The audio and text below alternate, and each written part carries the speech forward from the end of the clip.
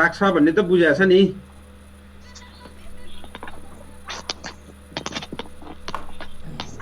हजुर युनिट 1 मा थियो होला हैन त त्यो। हो म भनिदिन्छु एकपल्ट अनि त्यसपछि अरु गरौँला है त। के लिमिट टेस्ट फर लिड को हजुर सर। ल यहाँ हेर बेसिक प्रिन्सिपल पहिला म भनिदिन्छु। आइरन को भयो यो लिड को है। यो लिड को लिमिट टेस्ट गर्दा के गर्नु पर्यो भने पहिला म भनिदिन्छु अनि त्यसपछि अरु सुरु गरौँला। लिड को लिमिट टेस्ट गर्दा तिमीहरुले पहिला चाहिँ बेसिक प्रिन्सिपल लेख्दा के गर्नु पर्यो भने लिड when reacts with के यो डाइथायोजन in alkaline solution it will produce red coloration and it will be the basis for limit test for lead है। यो सम्म त कन्फ्युजन भएन नि यो रियाक्सनको आधारमा। हजुर सर। अनि यसरी रियाक्सन हुँदै जाँदा as you proceed the reaction hydrogen ion production हुँदै जान्छ। कलर चाहिँ बेसिक मिडियममा आउँछ, म्याक्सिमम पीएच मा आउँछ, बुझ्यो नि। अप्टिमम पीएच मा कलर दिन्छ। अनि यो रियाक्सन जति बेलासम्म डाइथायोजन र लिडको कम्प्लेक्स बन्दै जान्छ त्यति बेलासम्म हाइड्रोजन प्रोडक्सन हुँदै जान्छ। भन्नुको मतलब सोलुसन बिस्तारै के हुँदै जान्छ त एसिडिक हुँदै जान्छ।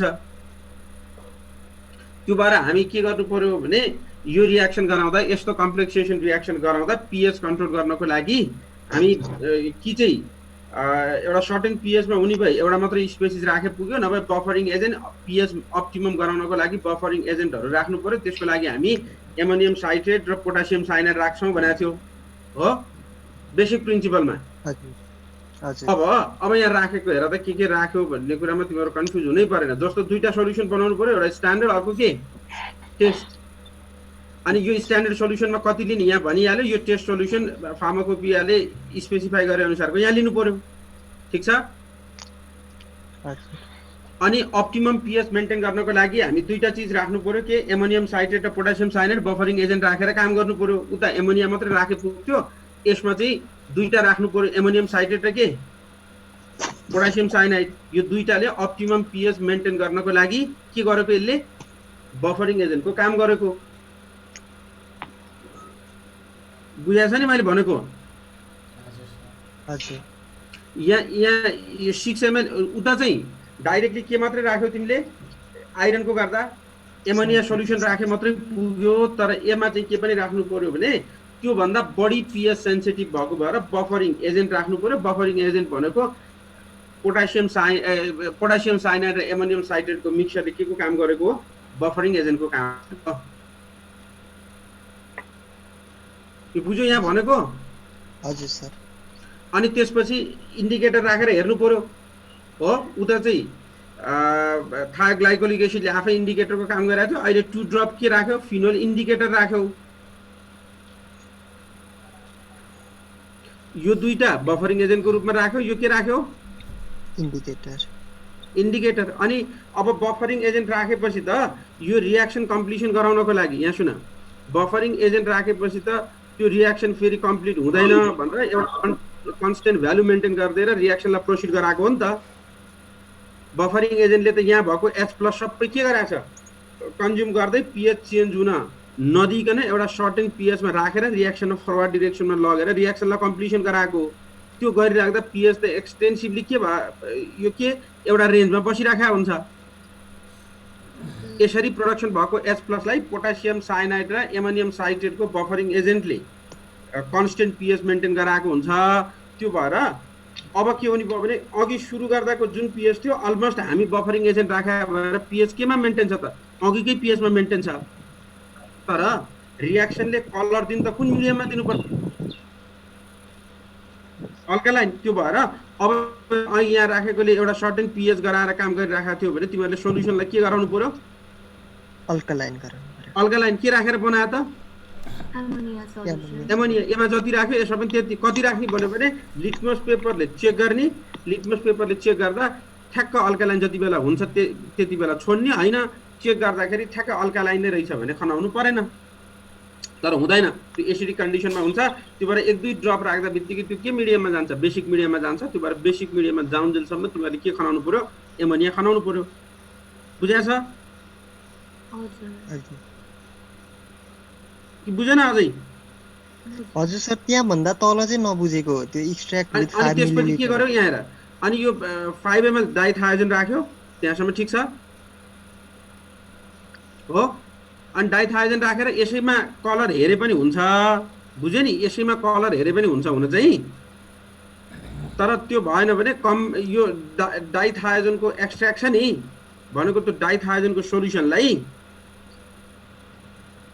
सुन है, त्यो जस्तो त्यो सोल्युसन डाइल्युट हुन्छ भनेर त्यसलाई चाहिँ के गर्न खोजेको भने एउटा लेयरमा मात्रै हेर्न खोजेको, सोल्युसनलाई डाइल्युसन मात्रै गराएको हो क्या। यसपछि डाइथायोजन राख्यो, अनि डाइथायोजनमा नाइट्रिक एसिड र क्लोरोफर्म राखिदिने भनेको, त्यसमा भएको जुन यो कम्प्लेक्स छ नि, यो कम्प्लेक्सलाई अघि त्यही एउटै मात्रै एक्वस मिडियममा हुँदा डाइल्युट भयो भने अर्को मिडियममा एक्सट्र्याक्सन गर्ने भनेको एउटा मिडियममा भएकोलाई अर्को मिडियममा ट्रान्सफर गरेको हो, बुझ्यो नि। एउटा मिडियममा भएकोलाई केमा लाने, अर्को मिडियममा लाने प्रोसेसलाई के भन्छ, एक्सट्र्याक्सन भन्छ।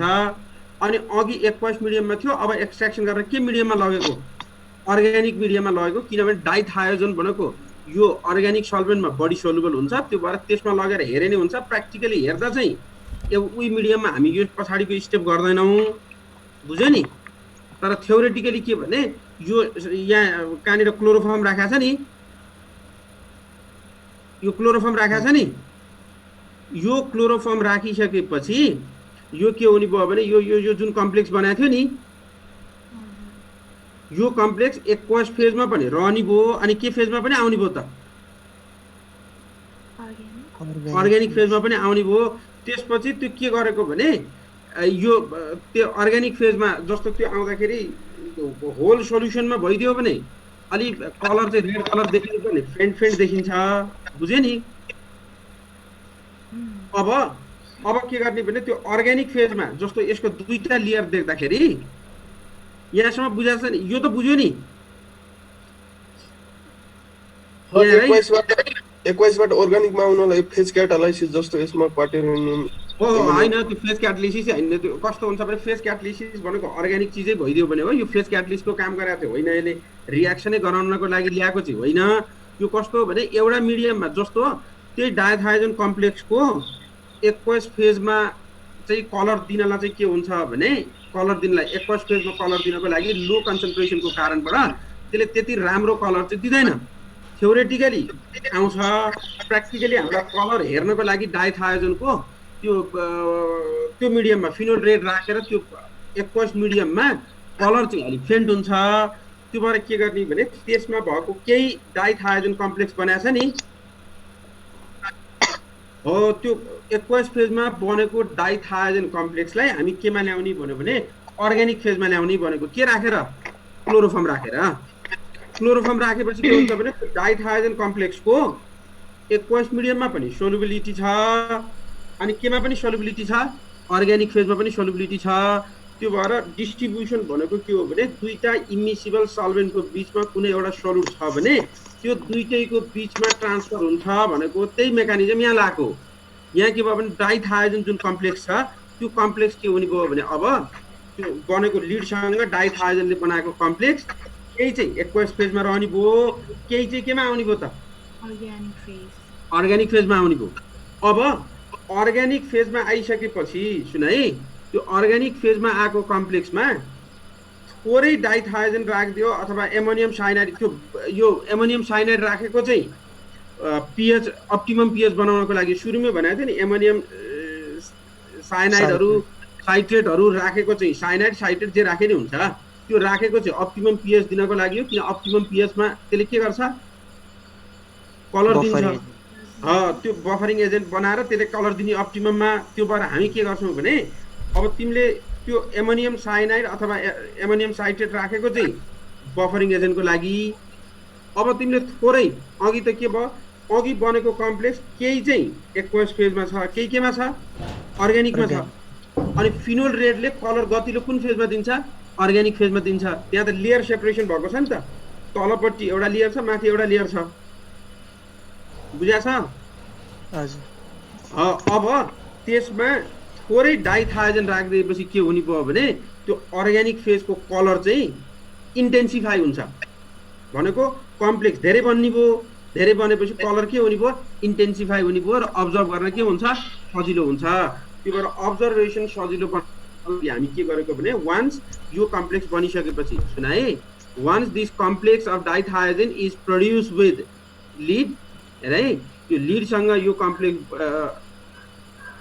लिडसँग यो अघि तिमीहरूले भनेको यो कम्प्लेक्स बन्यो नि लिडसँग, यो कम्प्लेक्स बनिसकेपछि एक्वस मिडियममा त्यसको कलर चाहिँ अलि फेन्ट हुन्छ। त्यो भएर त्यसलाई अर्ग्यानिक मिडियममा लानको लागि हामी के राखेको, क्लोरोफर्म र नाइट्रिक एसिड राखिदिएर चलाएको हो। अनि त्यो कम्प्लेक्स केही चाहिँ एक्वसमा रहन्छ, केही अर्ग्यानिकमा रहन्छ।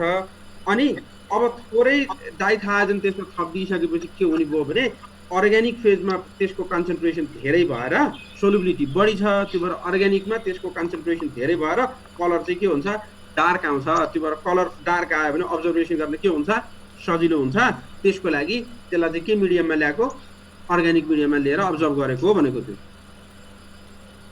बुझ्यो सर त्यो क्लोरोफर्मको काम चाहिँ अर्ग्यानिक मिडियममा ल्याउनु हो। डाइथायोजिन कम्प्लेक्सले क्लोरोफर्म भनेको अर्ग्यानिक हो नि त सर। अनि क्लोरोफर्म लेयर इज डिस्कार्डेड लेख्नु भएको छ नि त्यहाँ।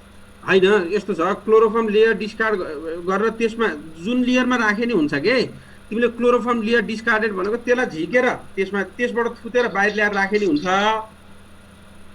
डिस्कार्डेड भनेको फ्याँक्नुपर्छ भने होइन के।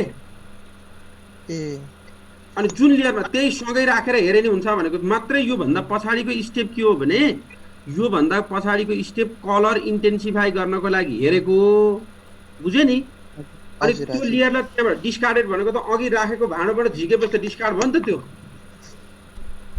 हजुर हजुर हजुर है, बुझ्यो। हजुर ल अब अरू केही छ भन त।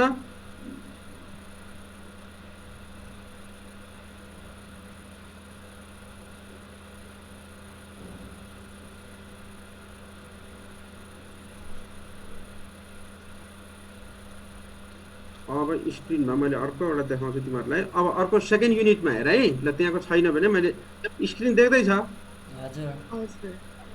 कि।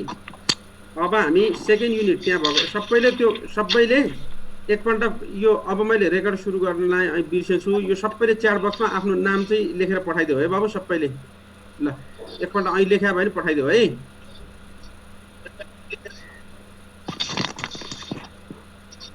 अब यहाँ हेर, दोस्तो अहिले सेकेन्ड युनिटमा के छ भने we have to study different compounds.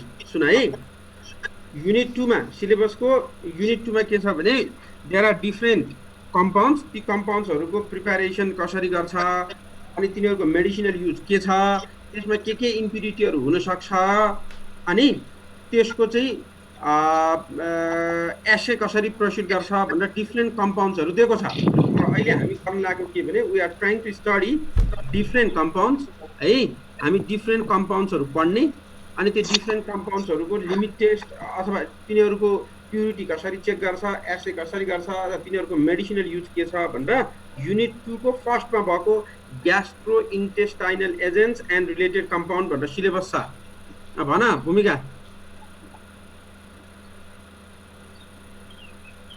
के सुन्न खोजा हो?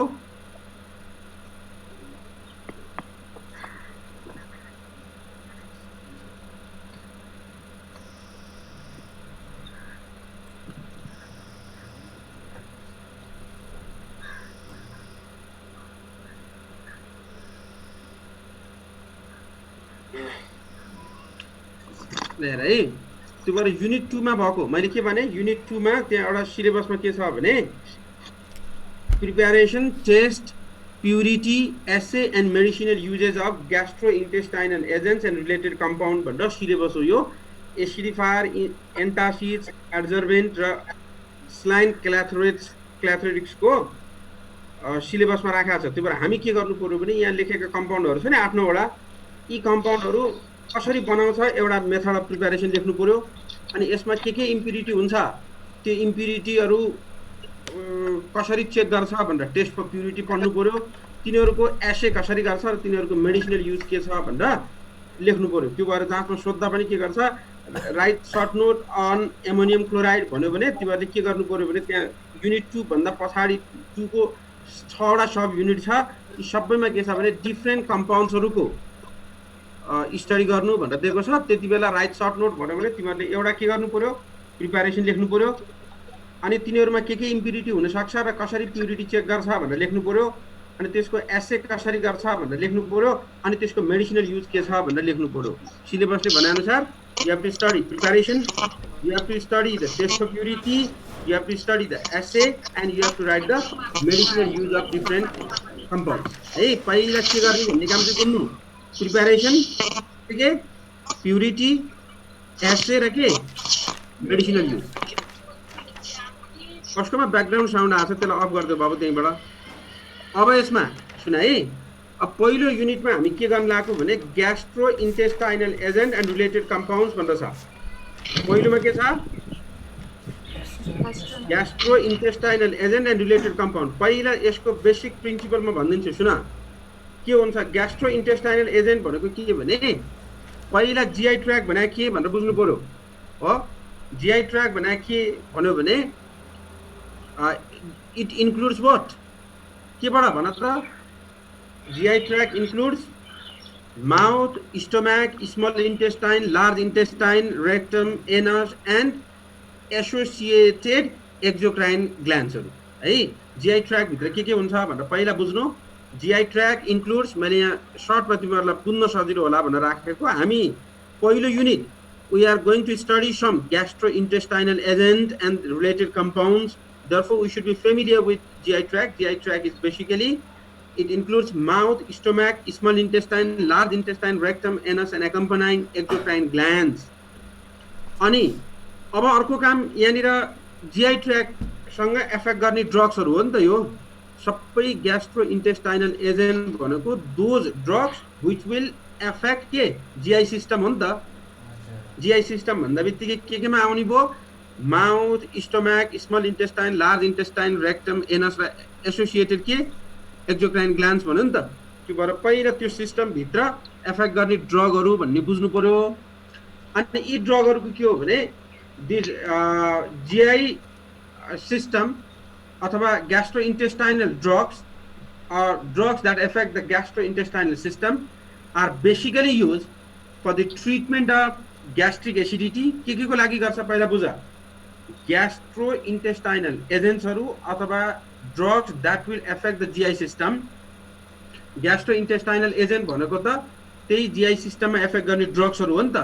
त्यो भएर those drugs which will affect the gastrointestinal system or GI system will are basically used for treatment of gastric acidity, peptic ulcer, अनि gastroesophageal reflux disorder जसलाई GERD भन्छ, gastroesophageal reflux disorder। अर्को BMR bowel motility disorder, nausea, vomiting हरुको ट्रिटमेन्टको लागि यस्ता ड्रग्सहरु use गर्छ।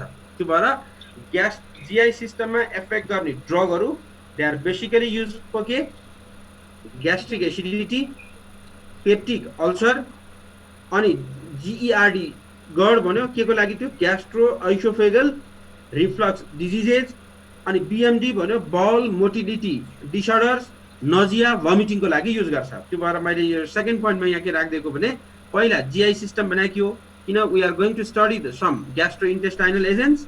These gastrointestinal agents will affect the GI system, and the drugs which affect the GI system are basically used for the treatment of के भन्यो gastric acidity, peptic ulcer, अनि GERD gastroesophageal reflux disease, अनि BMR bowel motility disorder, अनि nausea, vomiting को लागि use गर्छ भनेको। यहाँसम्म बुझिएको छ नि। पहिला त्यो त्यसको हिस्ट्री बुझ्यो, त्यसको आउटलाइन बुझ्यो भने तिमीलाई एक्सप्लेन गर्न सजिलो हुन्छ पछाडी। यहाँसम्म केही छ भन त। ग्यास्ट्रोइन्टेस्टाइनल एजेन्ट भनेको केलाई एफेक्ट गर्ने GI सिस्टमलाई। अनि त्यस्तो GI सिस्टमलाई एफेक्ट गर्ने ड्रगहरु के को लागि काम लाग्छ, ग्यास्ट्रिक एसिडिटी को लागि हो, अर्को के पेप्टिक अल्सर को लागि, अनि कमन भनेको, अनि अर्को GERD भन्यो त्यो भनेको रे ग्यास्ट्रोएसोफेगल रिफ्लक्स डिसअर्डर को लागि, अर्को BMD भन्यो बल मोटिलिटी डिसअर्डर, अथवा डिजिज अनि अर्को नजिया र भमिटिङको लागि युज गर्छ भनेको ठीक छ Yes, sir. अब तिनीहरूलाई फेरि डिफ्रेन्ट टाइपमा क्लासिफाई गर्छ सुन है पहिला त हामी जीआई सिस्टम बनाए के भनेर भने अनि त्यसपछि फेरि जीआई सिस्टमलाई एफेक्ट गर्ने drugs which will affect the GI system are use for this purpose भनेर त्यो काम लेखे अब के हो भने डिपेन्डिङ अपन देयर नेचर है तिनीहरूको नेचर अनुसार के गर्छ भने ती जीआई ड्रग्सहरूलाई ग्यास्ट्रो इन्टेस्टाइनल एजेन्ट्सहरूलाई डिफ्रेन्ट टाइपमा क्लासिफाई गर्छ they are acidifiers antacid adsorbent and what saline cathartics acidifiers भने के Ammonium chloride. एमोनियम क्लोराइड त्यो त एक्जाम्पल भयो एसिडिफायरले के गर्छ त पहिला त्यो बुझ्नु पर्यो नि त्यो त एक्जाम्पल हो सिलेबसले हामीलाई चाहिँ एमोनियम क्लोराइडको बारेमा पढ्नु भनेको छ तर त्यो एसिडिफायर हो भनेर बुझ्यो भने त्यसपछि हामीलाई त्यसको बारेमा पढ्न सजिलो हुन्छ नि त एसिडिफायर भने के हो भने those increases Between the axis of the those agents or those substances, those drugs which will increase metabolic acidosis or gastric hydrochloric acid in the stomach. है जसले हाइड्रोक्लोरिक एसिड प्रोड्युस गरेर मेटाबोलिक एसिडोसिस बढाउँछ त्यस्तो ड्रगहरूलाई हामी के भन्ने acidifier भन्ने बुझाएछ acidifier भनेको एसिड प्रोड्युस गर्ने ग्यास्ट्रिक हाइड्रोक्लोरिक एसिड प्रोड्युस गर्ने र मेटाबोलिक एसिडोसिसलाई इन्क्रिज गर्ने एउटा काम बुझाएछ एन्टासिड भने के त जस्ट रिभर्स अब एन्टासिड भने के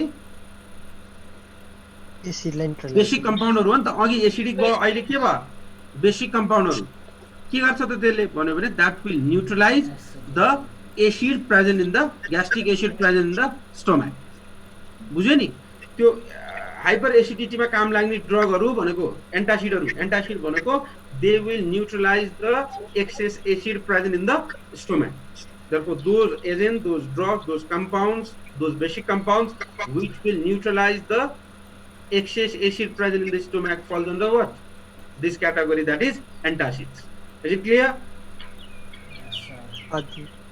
अनि एडजर्बेन्ट र प्रोटेक्टिभ भनेको छ एडजर्बेन्ट र प्रोटेक्टिभ भनेको कस्तो हो भने एडजर्बेन्ट र प्रोटेक्टिभहरु भनेको यो माइल्ड डायरियामा युज गर्ने ड्रग्सहरु हो अनि भनेको थियो नजिया भमिटिङमा युज हुन्छ भनेको थियो नि त त्यो भएर एडजर्बेन्ट र प्रोटेक्टिभ्सहरु भनेको these are the drugs which are used in mild diarrhoea as they have the capacity to absorb toxic substances different gases on the surface मा टॉक्सिक सब्सटेन्सेस डिफरेंट ग्यासेसहरु ब्याक्टेरियाहरु एब्जर्ब गर्न सक्ने क्यापेसिटी भएका र माइल्ड डायरियाको केसमा युज गर्ने GI एजेन्टहरुलाई हामी के भन्छ they are called as what adsorbent or protectives अनि यो स्लाइन क्याथोटिक्स भनेको छ नि त्यो स्लाइन क्याथोटिक्स भनेको के हो भने ड्रग्स दैट ब्रिङ्स सुन क्याथोटिक्स भनेको के भने ड्रग्स दैट ब्रिङ्स के जस्तो यसले के गर्ने भनेको लैक्सेटिभ बनाउने भनेको के जस्तो तिमीहरुलाई डायरिया गराउने भनेको स्लाइन क्याथोटिक्स भनेको कस्तो भने पोजिटिभ सेन्समा भनेको के जस्तो स्लाइन क्याथोटिक्स के गर्ने भने तिमीहरुलाई कन्स्टिपेसन छ भने कन्स्टिपेसनको बेला युज गर्ने ड्रग्सहरु भनेको बुझ्दैछ नि अनि तर त्यो क्याथोटिक्समा तीनटा चीज आउँछ एउटा लैक्सेटिभ भनेर आउँछ अर्को पर्गेटिभ भनेर आउँछ अर्को क्याथोटिक्स भनेर आउँछ सुन है तीनटा चीज त्यो कन्स्टिपेसनमै युज गर्ने हो यो स्लाइन क्याथोटिक्स भनेर सिलेबसले राखेको चाहिँ हामीलाई चाहिँ त्यही कन्स्टिपेसनमा युज गर्ने ड्रग्सहरु भने हो त यो चाहिँ कस्तो हो भने तीनटा चीज उस्तै हुन्छ अलिकति एक्सन त्यसको इफिकेसी मात्रै फरक हो एउटा लैक्सेटिभ भन्छ अर्को पर्गेटिभ भन्छ अर्को क्याथोटिक्स भन्छ लैक्सेटिभ भनेको कस्तो भने लैक्सेटिभ भनेको चिप्लो बनाउने मात्रै बुझ्यो नि अनि पर्गेटिभ भनेको खाली गराउने अनि क्याथोटिक्स भनेको कम्प्लिटली भ्याकुम बनाउने कम्प्लिटली खाली गर्ने भनेको त्यो भएर इफिकेसी चाहिँ क्याथोटिक्सको सबभन्दा बढी हुन्छ अनि पर्गेटिभको अनि केको लैक्सेटिभको है लैक्सेटिभ भनेको चिप्लो मात्रै बनाउने भयो पर्गेटिभ भनेको खाली गराउनु पर्यो र कम्प्लिटली खाली गराउनु पर्यो कम्प्लिटली इभ्याकुएट गर्नु पर्यो भने जे ड्रगहरु युज गर्छ त्यसलाई हामी के भन्छ that is called what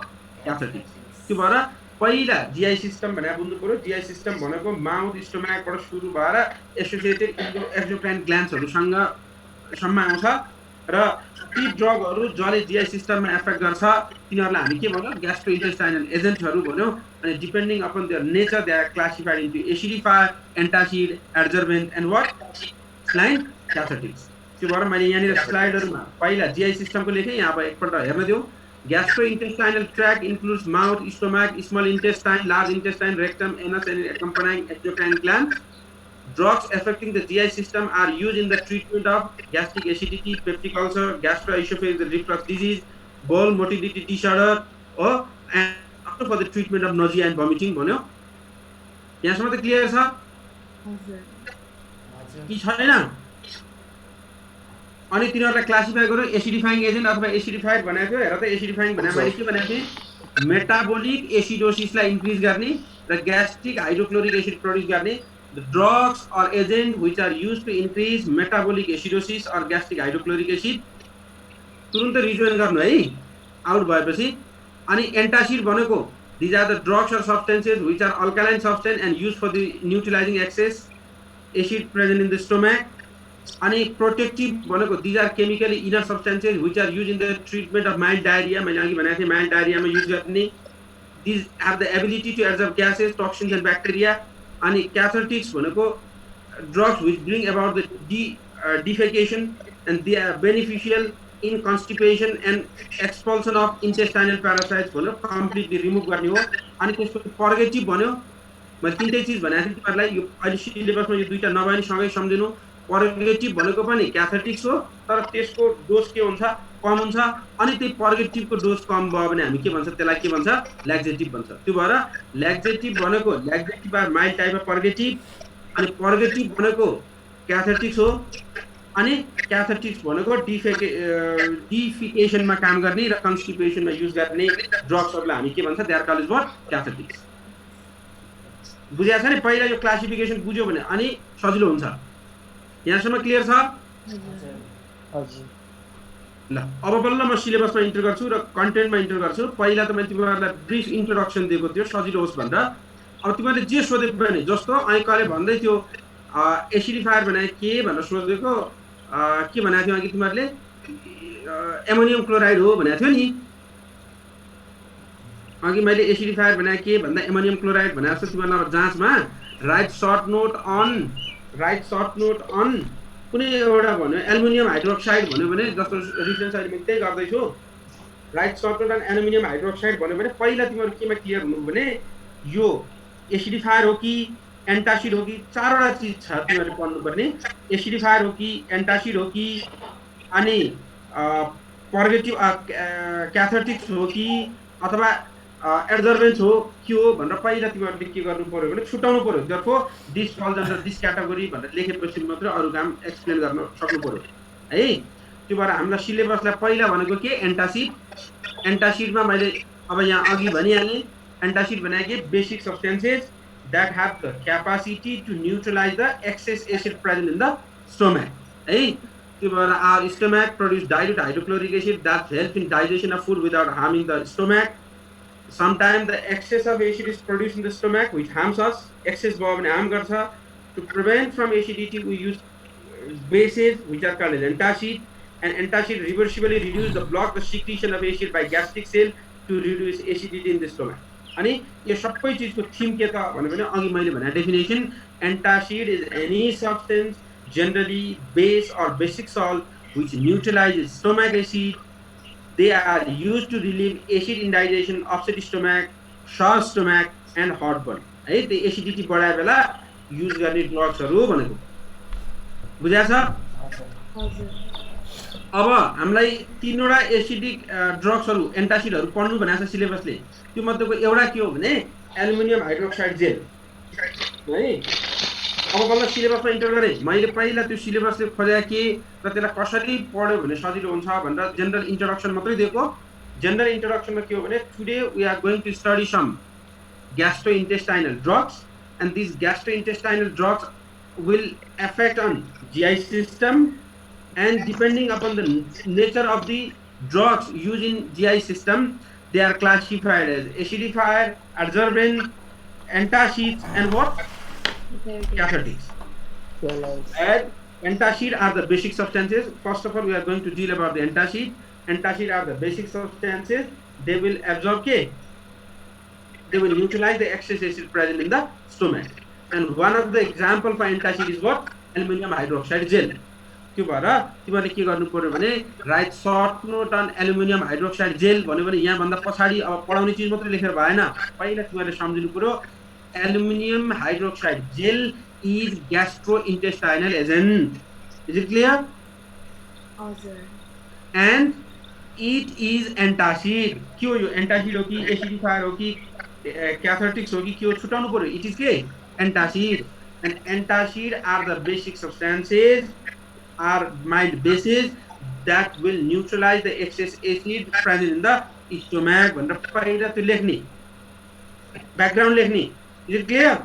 Yes, sir. अब त्यसपछि बल्ल हामी के भनेको थियो सुन त्यसपछि मात्रै सिलेबसले भनेको चिज सुनि जे सोधे पनि त्यो इन्ट्रोडक्सन सबैमा लेख्ने यो क्याथार्टिक्स हो कि एसिडिफायर हो कि एन्टासिड हो भन्ने लेख्ने पहिला सबै यो टाइपमा पर्छ भनेर लेख्नु पर्यो आज पढ्ने जति सबै ग्यास्ट्रोइन्टेस्टाइनल हो त्यो यो ग्यास्ट्रोइन्टेस्टाइनल ड्रग हो भनेर पहिला लेख्नु पर्यो अनि त्यो ग्यास्ट्रोइन्टेस्टाइनलको पनि कुन टाइप हो त्यो छुटाएर त्यो टाइपको सर्ट डिस्क्रिप्सन दिएपछि मात्रै त्यो कम्पाउन्डमा आउने त्यो कम्पाउन्डमा आएपछि के गर्ने भनेको छ सिलेबसले एउटा मोड अफ प्रिपरेसन लेख्ने कसरी बनाउँछ लेख्ने हो अनि त्यसको प्युरिटी त्यसमा के इम्प्युरिटी हुन सक्छ हो अनि त्यसको एसे र त्यसको के लेख्ने युज लेख्ने त्यो भएर एल्युमिनियम हाइड्रोक्साइड जेल कसरी बनाउँछ भन्ने is prepared by the reaction of aluminum salts with ammonia है एमोनिया सँग सोडियम कार्बोनेट सँग एमोनियम कार्बोनेट सँग रिएक्सन गरेर गराउँछ भनेको यहाँ निर के गर्यो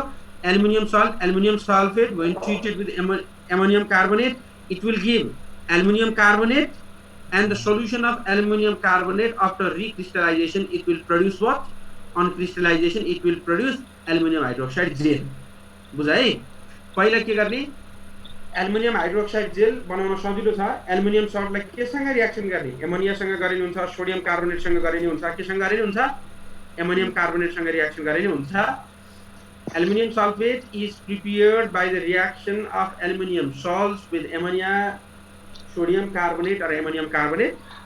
Here is the specific reaction. Aluminum sulfate is treated with what? Ammonium carbonate, and doing so aluminum carbonate solution will be obtained, and after crystallization it will produce what? Aluminum hydroxide gel. त्यसलाई evaporation गरेपछि हामी के पाउँछ? Aluminum hydroxide gel पाइन्छ. Therefore this is the method of preparation. यही एउटा लेख्ने के लेख्ने? Aluminum hydroxide gel are prepared by the reaction of के? By the reaction of भन त aluminium sulphate with aluminium sulphate नभन्ने सल्ट यो त एउटा एक्जाम्पल पो लिएको त aluminium salt with what ammonia ammonium carbonate और सोडियम कार्बोनेट सोलुबल कार्बोनेट सँग भने नि हुन्छ यसलाई गाह्रो भयो भने aluminium hydroxide gel is prepared by the reaction of aluminium salt with ammonia और सोलुबल कार्बोनेट भनेर यो रिएक्सन लेख्नु ठीक छ अब यसमा सुन अब यसमा के हो भने हामी के भनेको थियौ पहिला प्रिपरेसन कसरी गर्छ भने प्रिपरेसन भयो अनि प्युरिटी चेक गर्नु पर्यो यसमा के को प्युरिटी चेक गर्नु पर्छ you have to check the purity for alkalinity ammonium salts arsenic lead chloride sulphate and neutralising capacity के को अल्कालिनिटी को एमोनियम सल्ट्स को अनि आर्सेनिक को लीड को किन त्यो सोर्स अफ इम्प्युरिटी डिफरेन्ट इम्प्युरिटीहरु आउँछ अनि त्यो डिफरेन्ट इम्प्युरिटी यसरी बनाएको एल्युमिनियम हाइड्रोक्साइड जेलमा त्यसको युज गरेको रिएजेन्ट है युज गरेको रिएजेन्ट अनि त्यसको र मेटेरियल को आधारमा हामी के गर्नुपर्छ भने त्यसमा डिफरेन्ट इम्प्युरिटीहरु आउँछ र एल्युमिनियम हाइड्रोक्साइड जेलमा we have to check for alkalinity किन अल्काली युज गरेछ अल्कालिनिटी चेक गर्नुपर्छ एमोनियम सल्टहरु युज गरेछ त्यो भएर एमोनियम सल्टहरु चेक गर्नुपर्छ अनि आर्सेनिक लीड क्लोराइड सल्फेट र न्यूट्रलाइजिङ क्यापेसिटीहरु चेक गर्नुपर्छ अनि यो गर्नको लागि अब मैले यहाँ सबै लेखेको छैन जहाँ सबै लेख्नुपर्छ तिमीहरूले अब कसरी भन्यो भने सुन अब लीडको कसरी गर्छ त भन्यो भने तिमीहरूले लेख्दा सर्टमा लेख्ने अब प्रिपरेसन लेख्यो यहाँसम्म त क्लियर बुझ्दैछ नि अब प्युरिटी चेक गर्दा के गर्ने भने जस्तो लिडको अब यहाँ भएका सबैको एक्सप्लेन गर्नुपर्छ भन्ने छैन, आउँछ भनेर लेख्नु, नभए 2-3 वटा चिजको चाहिँ एक्सप्लेन गरिदिनुपर्छ तिमीहरूले। मैले त सबैको भनिदिन्छु, तर तिमीहरूले के गर्नु पर्यो भने एक्जाममा लेख्दाखेरि आउँछ भने यो प्युरिटी चेकमा सबै भएको एक लाइन यो रियाजेन्टबाट चेक गर्छ भनेर लेख्ने, डिटेल चाहिँदैन। अब होइन भने पनि 1-2 वटाको चाहिँ लेख्नु पर्यो। जस्तो लिडको कसरी गर्छ भने lead is checked by using के डाइथायोजन भनेर लेख्ने, युनिट टेस्टमा पढाएको छ नि त। आर्सेनिक इज टेस्टेड विथ केसँग by producing arsine gas. Sulphate is tested with barium chloride reagent. अनि एमोनियम सल्ट्सलाई के गरेर यहाँ यो 3टा त बुझ्यो नि मैले भनेको, यो लिमिट टेस्टमा पढे जसरी चेक गर्छ भनेर लेख्ने आर्सेनिकको। Is it clear? लिडको पनि त्यही लिमिट टेस्टमा डाइथायोजन युज गरेको थियो, त्यसरी चेक गर्छ भनेर लेख्ने, आउँछ भने रियाक्सन लेख्ने, नभए त्यति लेख्ने। क्लोराइडको by using soluble chloride is tested with silver nitrate using silver nitrate as per the limit test.